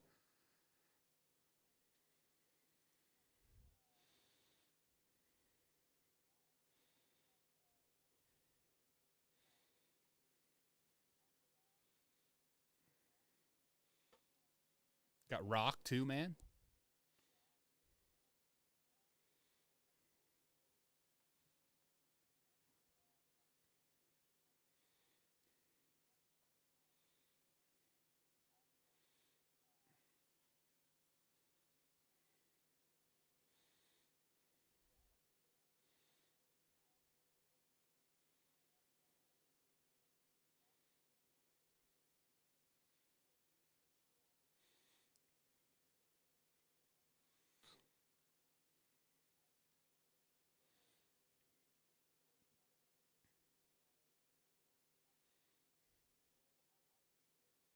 To give you guys what we give you each and every night. It's not always, the greatest time. We all have our off nights for sure. There were times where we get off the show and we're like, man, that was a bad night. Sorry guys, I had a rough night, and we just pick each other up and we keep going. And whether it's you and me, or if it's Tori and Soup Boss filling in, Wyatt, after he's done with school again and before he went to school, like we've had a wild ride, and we've got a lot of good things heading in the right direction. And I'm extremely excited. And look, we already know we're gonna get 1,000 no's before we get that one big yes, and we're okay with that. We're ready with the 1,000 no's, because once we get that one big yes, those 1,000 no's are going to be sorry. Yeah, and speaking of some of the great interviews that we've had, I forget the UFC fighter's name that we had on, but that was easily the Executioner. Yeah, the Executioner. Yeah, that's right. He was easily the rawest, most purest interview we have ever had. Like, he was just like, man, like nothing was off limits, and it was flat out awesome. So Yeah, Joey Beltran was one of those interviews that, for one, I just love talking to him because I'm a UFC guy. Like, I watch UFC every single weekend with my father-in-law, where we get all the pay-per-views. We watch all the damn time. And Joey Beltran is just one of those guys that I came up watching. He's one of the reasons why I started watching UFC. And having him on and how raw he was, man, and then getting him to call out the heavyweight champion at the end of the interview was just even better. I mean, that was the icing on the cake. So yeah, it was a lot of fun. Yeah, and also over the last year, we have made some great contacts as well. Luke G, we have him on every Tuesday here on for his weekly segment. We have Kevo on for his weekly segment. We have who else we got? We got Wayne G. RC Orland. Yeah, RC Orland's coming on. Great times, man. So. Yeah, and I've got we've got some other interviews in the works, guys. I'm not going to mention any names, but I reached out to MLB player who just retired. Reached out to him, trying to get him on the show. We're reaching out. We're trying to do the things that we can without having all the benefits of being on a major network and getting all the benefits of we actually have to do all the legwork. Yeah, and it's been cool to watch, and there have been days that have been disappointing, but then there have been days where we're just like, hell yeah, this is something here. So we're going to keep grinding. We're going to keep doing the things, and we're going to keep bringing you the best damn sports talk show out there. And the reason why we're the best damn sports talk show out there is we're not guided by any political affiliation, any network political affiliation, and, none of that stuff. We keep that all off there, and we just keep it real with you guys. Javier, another one of our loyal listeners, tells us all the time. He's like, I just love this show because it's real. You guys don't care. If somebody is wrong, you're going to tell them that they're wrong. And if somebody's right, you're going to say that they're right. And, He's like, this is, that's why he loves listening to the show. And that's what you get with us. You get live, raw, and uncut. I mean, we say some crazy stuff. Buck is going to pick the Lions to be 15-3 every single year for the rest of his life. He's going to be wrong every single year for the rest of his life. And and we're going to get some other things going, but yeah, it's been a wild ride. Yeah. So speaking of a wild ride, the Cowboys and Cardinals had a wild ride. Yeah. Combs, and the Cowboys made a late push. They scored 15 points in the fourth quarter to make it somewhat of a respectable game. But the Cardinals end up winning 25-22, making them both 11-5 on the season. Who is more dangerous in your eyes in the playoffs? I think the Arizona Cardinals are more dangerous in the playoffs. I trust Kyler Murray more than I trust Dak Prescott. I trust that defense more than I trust the Dallas defense, even though both defenses are very good. I just think that Arizona defense is much better, and I think that they showed it today. Excuse me. I think that the Arizona Cardinals are probably the biggest threat in the NFC with the Green Bay Packers. I think that, they might not win the division because you've got, the Rams are a game ahead of them, and you need the Rams to lose and you to win and score so many points or whatever to overtake them. So you might not be the 2 seed heading in or the 3 seed heading in, but you're a very dangerous wild card team. And you can go out there right now. It would be a rematch if they went out there and played, if the playoffs started today. As I see, your son has joined us here. But it would be one of those things where we would be remiss if we dismissed the Cardinals because they had a rough stretch of it while everybody was injured and while they were dealing with things. While Kyler Murray and DeAndre Hopkins were out and they lost a couple of games, to throw them out and be like, nah, they're not that good. You're out of your mind. To me, this is the best team in the NFC when they're healthy. This is the best team by far. I mean, speaking of being wrong, Combs is exactly wrong on this one because the Cardinals are not a very good team. The Cowboys just simply did not play a good game today against the Arizona Cardinals. And Kyler Murray is undefeated at A&T Stadium. Awesome, right? Congratulations. But at the end of the day, Combs, the Cardinals started the year off hot. They were 9-0 to start the season, and you can say the injuries for Kyler Murray hurt them, right? But every team had injuries at the end of the day. And what is ultimately going to hurt them is when they lose to Seattle Seahawks next week at Arizona, and they will be a wild card team, and they will be a first round exit, like I've been saying all season long, guys. The Arizona Cardinals are just not that good. That whole time that you were talking, the smartest thing that came out of anybody's mouth was what River was saying. Right? Okay, because to sit there and say that the Arizona Cardinals are not a good football team, I don't know what the hell you've been watching all season long. I don't know what you've been seeing with Kyler Murray. I don't know what you've been seeing, out of that defense. I don't know what you're looking at when you say that this team isn't that good, because this team has proved time and time again that they are an elite team in the NFC. Now, have they had a rough stretch over the last, 4 or 5 weeks because of the injuries that they've been dealing with? Absolutely. But this team is one of the best teams in the NFC, and they're right there with the Green Bay Packers, and I still think they're better than the Green Bay Packers. I think that the Arizona Cardinals are the best team in the NFC, period. So, Combs, when you say they're the best team in the AFC, you have to realize that you still have the Bucks, you still have the Packers, you still have the Cowboys, right? You still have the Rams. The Rams are a very dangerous team, even when Matthew Stafford throws pick six at the -2 yard line. It just it is what it is. But the Cardinals had a benefit of a weaker schedule to start the season, right? And that's just the way it is. Yeah, I mean, look, guys, this is what you get: live, raw, and uncut, right? We've got, this is one of our best surprises when River hops on the show. He actually spews better information than Buck does. His takes are better than Buck's are.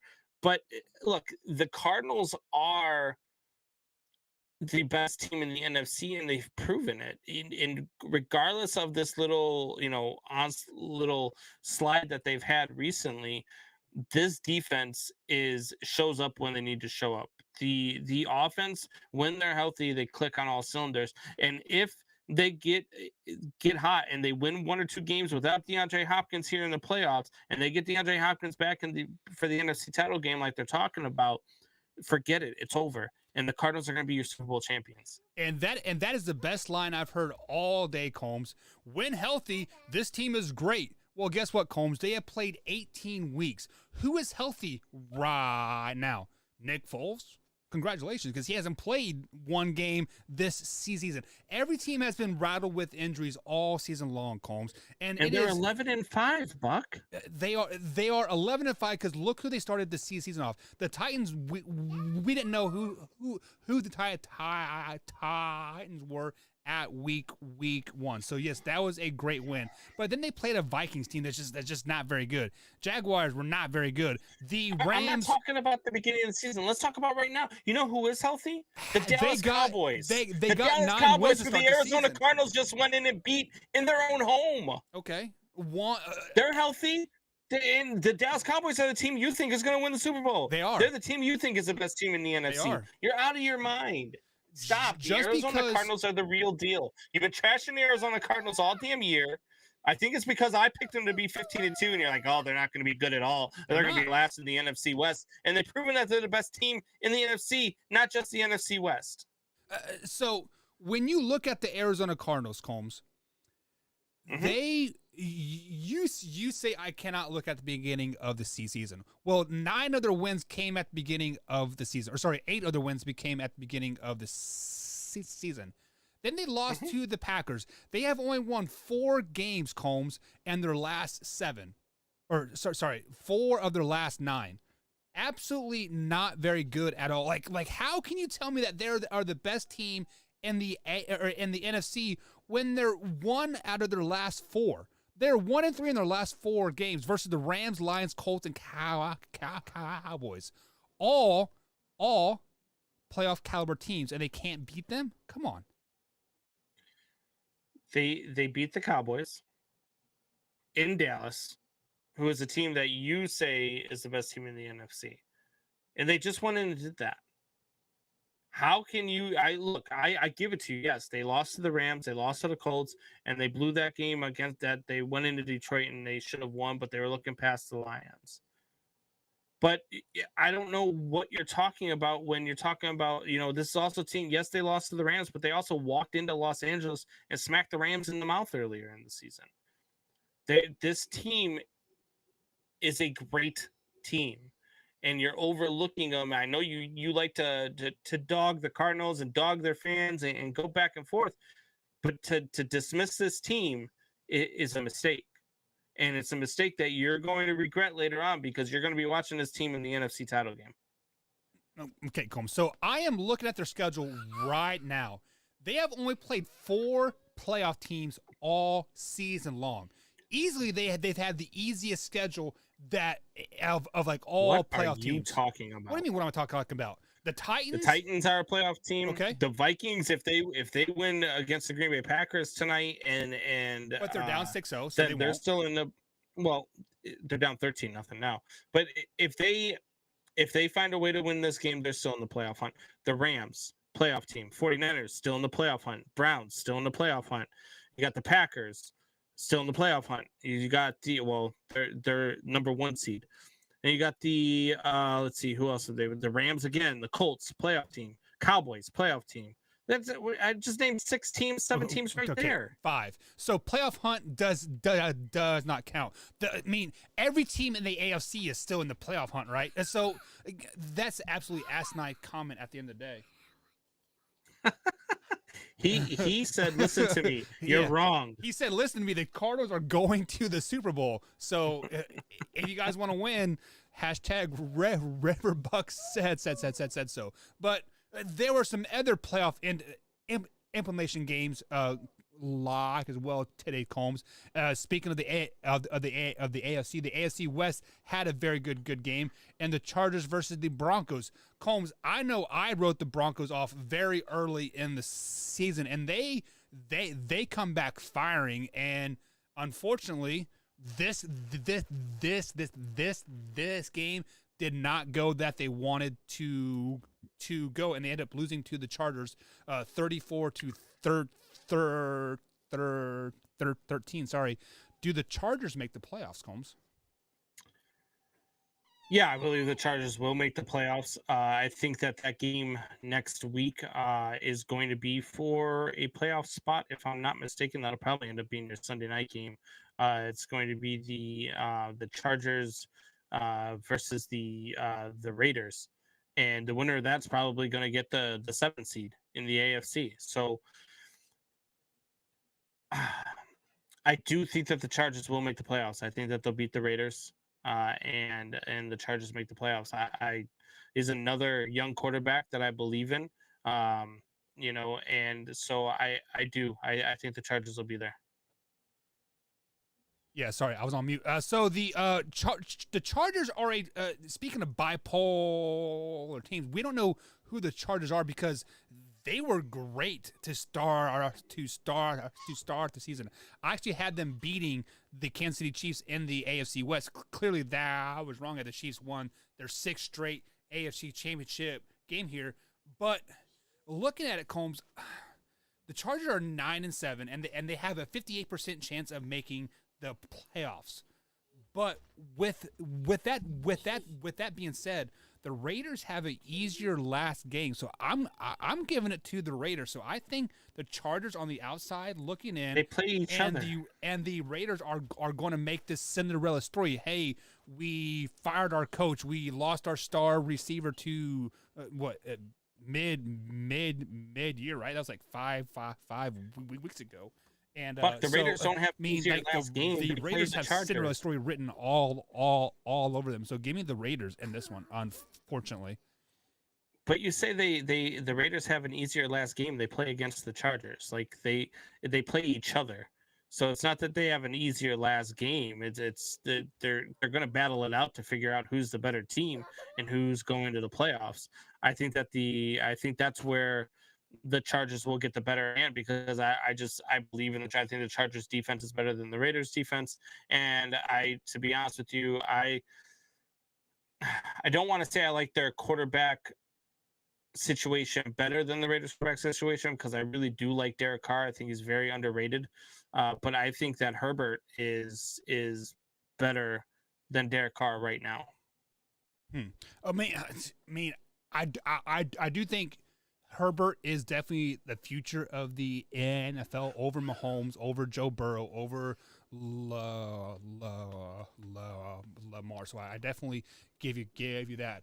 But Combs, we are up against the break here, and on the other side of the break here, guys, we got takeaway 22. So sit back and relax and enjoy this last little break for us.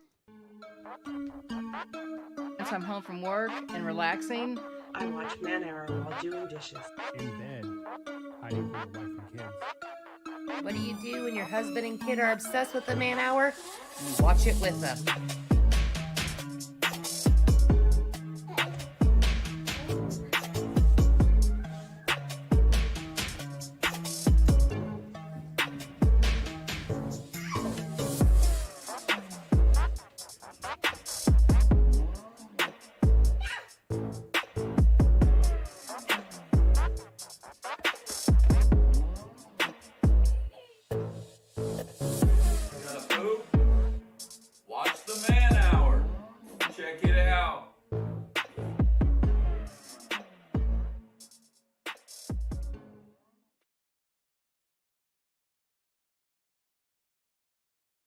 Have you ever wanted to go to Vegas to see the NFL draft?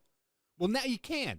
Simply head over to youtube.com/manhour, click on that join button, become a $5.99 member or higher, and you get free entry. Simple as that. So head over to youtube.com/manhour and hit that join button. You won't regret it.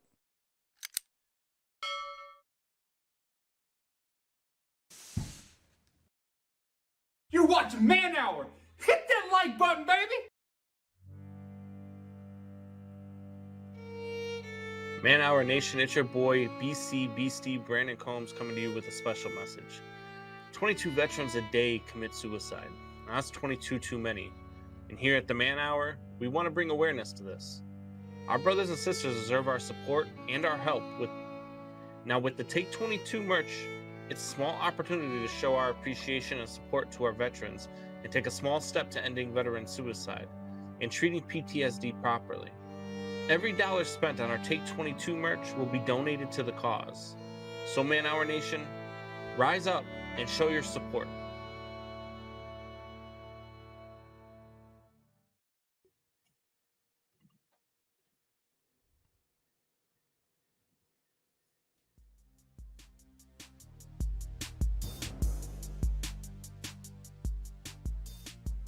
And what is going on, Man Hour Nation? It's your boy Beastie Brandon Combs, along with Mike Buckheister.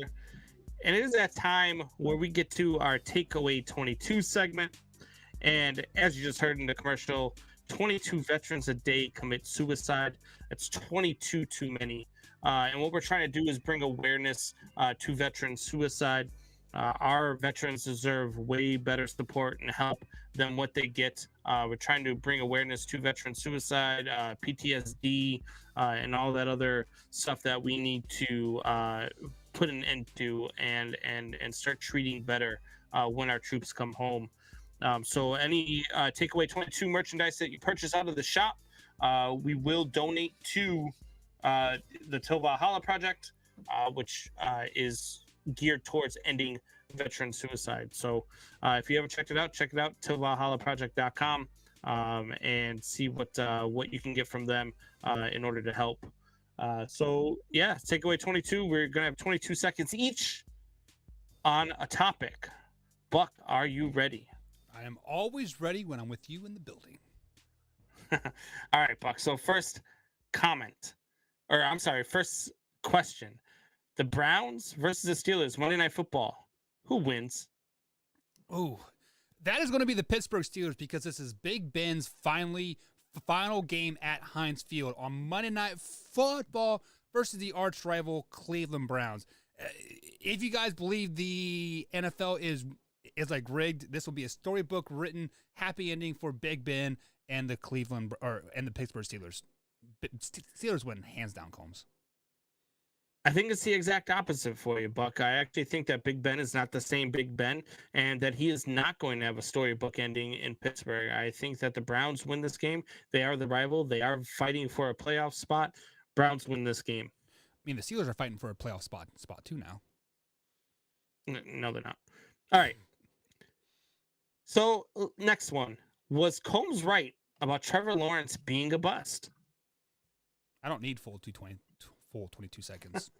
Yes, I was on the same boat you are way before the draft.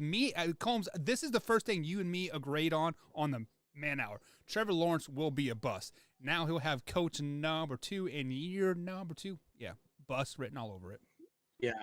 Look, this guy has completed only 58% of his passes, 10 touchdowns to 17 interceptions, and has a 69.6 quarterback rating. 69.6 quarterback rating. I think that's pretty much the lowest possible quarterback rating you could have. He is not a very good quarterback. He is a bust. I said he was going to be a bust. I was absolutely 110% correct.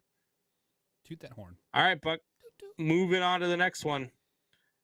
Becoming the first rookie tight end in over 60 years. Over 60 years, first rookie tight end to have 1,000 yards receiving. Kyle Pitts will be the greatest of all time at the tight end position.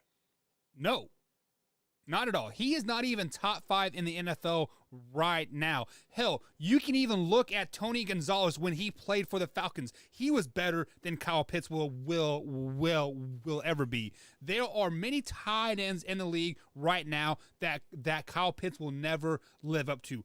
Rob Gronkowski, Travis Kelce, George Kittle. We talked about him earlier. Shannon Sharp is better than like him. No, he will not be the GOAT. No way, no how. I don't know if he's going to shape out to be the GOAT. I think it's a little bit too early. I agree with you when you say he's not even in the top 5 right now. I think there's too many really good tight ends in the game right now. Although Kyle Pitts is having a great season, we still got guys like Mark Andrews, Travis Kelce, George Kittle, Dawson Knox, and Hunter Henry out there that are just as every bit as good as Kyle Pitts. However, I do think Kyle Pitts has the athleticism to possibly be the greatest of all time. So I want to extend this a little bit and kind of make this a conversation piece. Do you think Kyle Pitts will ultimately be moved to a wide receiver at the end of the day? Because I was watching the Falcons game, and I feel like I only saw him line up as a tight end maybe 5 or 6 times in this whole game. No, I don't think that they'll move him. I think his size and his ability and his run blocking ability is a very good run blocker too. Yeah. I think that Kyle Pitts will stay as a tight end. Okay. Next one. All right. Next one. Moving on. Will Jimmy G be the 49ers quarterback next season? Absolutely yes, because he has a no trade clause in his contract. They signed an extension for him, damn well knowing that they were going to draft a quarterback in this draft. So he is there for 2 more years for sure. So he will be starting quarterback for the San Francisco 49ers next year. Will he finish it? No. Absolutely, he will not be the 49ers quarterback next season. He will be the quarterback of the Minnesota Vikings because they're going to trade him for Kirk Cousins, and Kirk Cousins is going to be the quarterback in San Francisco. That's what's happening this offseason. You heard it here first on the Man Hour. That'd be a good trade. Would be a good trade. Moving on. What's the worst anticipated head coaching position in the NFL? Wow. So I had to think about this pre-show, and I'm not going to go your Chicago Bears. I'm going to go. You should. With the Carolina Panthers. I think Matt Rule is out in Carolina because this whole quarterback controversy that is happening there. He brought Cam Newton in there, I think, to kind of save his season, kind of to save face with the fans and the ownership. So I think Carolina will be opening, and that would be a good job to have, I think. I'm not going to go with my Chicago Bears either, even though I think it's one of the worst positions out there. I still think it's the Jacksonville Jaguars. I think that's the most obvious answer. I just that front office is in disarray. They clearly have no weapons, period. They don't even have a quarterback right now. So I'm going to go with the Jacksonville Jaguars just because of how much they need in Jacksonville. So hang on, pause here one bit. We talked about Trevor Lawrence being a bust. But you realize that how to win in the NFL now, you have a good team with a lot of rookie contracts on there. So you have a lot of good players, such as your quarterback position with a rookie contract. And what they are missing, Cole, really the only thing they're missing there is a good receiver. You know who is going to be a good receiver up for free agency this Antonio season? Brown? No. Devontae Adams with the Green Bay Packers.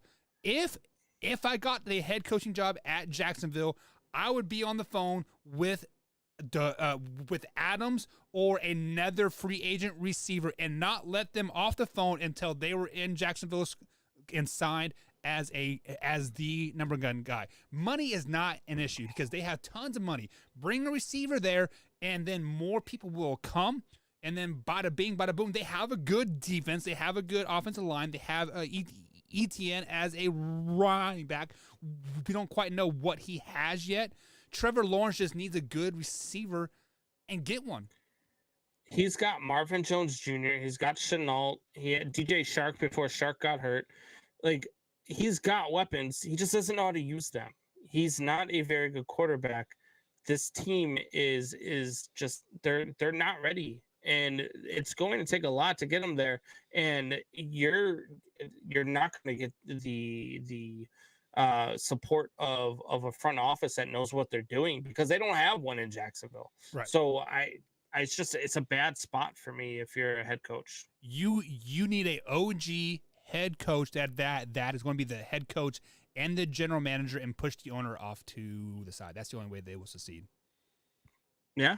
But we'll see. That is what I see. But Combs, it is that special time of night where we see what you see. It's time for the Combs eye test. Let us have it. All right, so the Combs eye test is actually going to be what we just talked about. I'm going out to Jacksonville. People, have come at me, and I've heard people talk about how Trevor Lawrence is the prototype. If you could go into a lab and build the perfect quarterback, you would come out with Trevor Lawrence. I heard people say this guy is going to be, one of the greatest quarterbacks of all time. This quarterback coming out of college is going to be, and when I said he's going to be a bust, they all laughed at me. And I don't know what you're looking at. I don't know what you're seeing. I'm seeing exactly what he's showing you out on the field. I'm seeing a quarterback with a 69 quarterback rating. And don't give me all the crap about, he plays on a terrible team, he doesn't have any weapons, because that's crap. He does have weapons. He just doesn't know how to use them. Don't give me the fact that he's on a bad team so he can't win, because that's crap. We've seen guys like Deshaun Watson go out there on bad teams and have phenomenal seasons.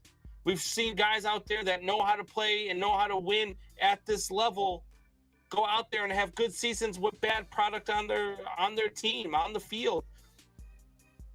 This guy is a bust. I said he was going to be a bust before the draft, and he's been a bust ever since. The guy is not good. Trevor Lawrence is a bust. And guys, that Ryan is Leaf 2.0. And that is the Combs' eye test for tonight, guys. If you guys have missed any part of the show whatsoever, be sure to head over to youtube.com/manhour and check out the clips. We do upload those each and every day, every 3 hours, 8 a.m., 11 a.m., 2 p.m., 5 p.m. You guys do the math. Every 3 hours, we are uploading clips over there at youtube.com/manhour. But we are here back tomorrow, same time, same place. Hope you guys are enjoying the show. This is live, raw, and uncut sports talk. Combsy, send us out, big guy. Man Hour Nation, rise up. Are you ready for the best damn radio show on the planet? Man Hour Nation, rise up.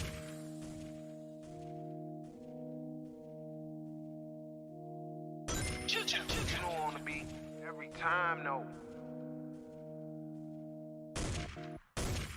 I would like to personally welcome you to Man Hour After Dark. Say that thing. While I bring you the host, Mike, Buck, and Cone. You know who's coming to the stage. Sports talk than what you about to hear right here. I second that. Go.